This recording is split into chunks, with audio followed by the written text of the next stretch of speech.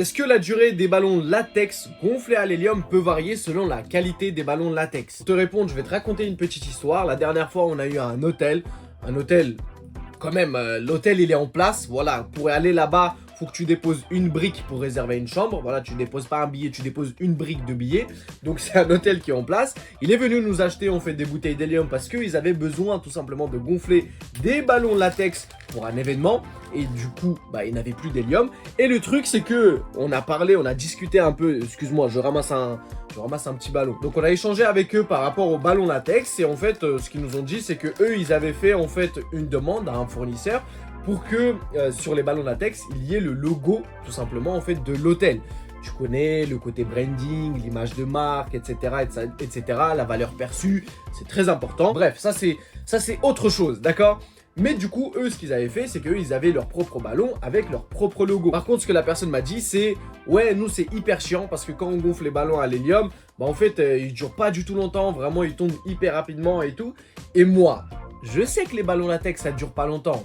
Et du coup, je lui dis, ouais, bah oui, c'est vrai, les ballons latex, contrairement à un ballon aluminium, ils vont durer une dizaine d'heures à peu près. Et il me regarde un peu choqué, il me dit, wow, wow, t'es optimiste, toi, une dizaine d'heures Ah non, non, non. Si déjà il reste 5, 6, 7 heures, c'est déjà hyper cool. Et du coup, moi, je suis un peu choqué, tu vois, parce qu'on a l'habitude de gonfler des ballons latex. Des fois, on gonfle des ballons, on se trompe et on gonfle un ballon en plus. Et du coup, on laisse au plafond, on revient le lendemain, le ballon, il est encore là, tu vois. Donc, du coup, je le regarde, je dis, ah bon, mais ils font quelle dimension vos ballons? Est-ce que c'est des ballons classiques de 28-30 cm et tout? Il me dit, ouais, ouais. Je dis, mais c'est pas possible. Je dis, nous, par exemple, les ballons qu'on gonfle, on dit aux clients qu'ils tiennent une douzaine d'heures, une dizaine d'heures, mais justement, nous, on n'est pas optimiste par rapport à la durée. On donne la durée plus ou moins minimale. On sait que les ballons peuvent tenir beaucoup plus.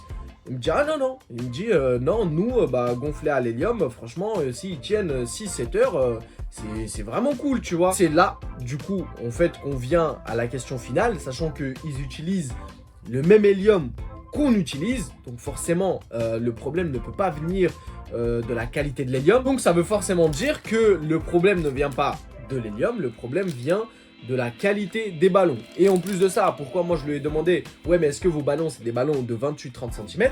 Parce que généralement, la durée d'un ballon gonflé à l'hélium, la durée d'un ballon latex, peut varier selon la dimension. Donc, par exemple, les ballons les plus petits, les ballons latex les plus petits qu'on peut gonfler à l'hélium et qui vont voler, c'est des ballons de 23 cm. Si vous gonflez des ballons par exemple de 13 cm à l'hélium, ils ne vont pas voler, d'accord?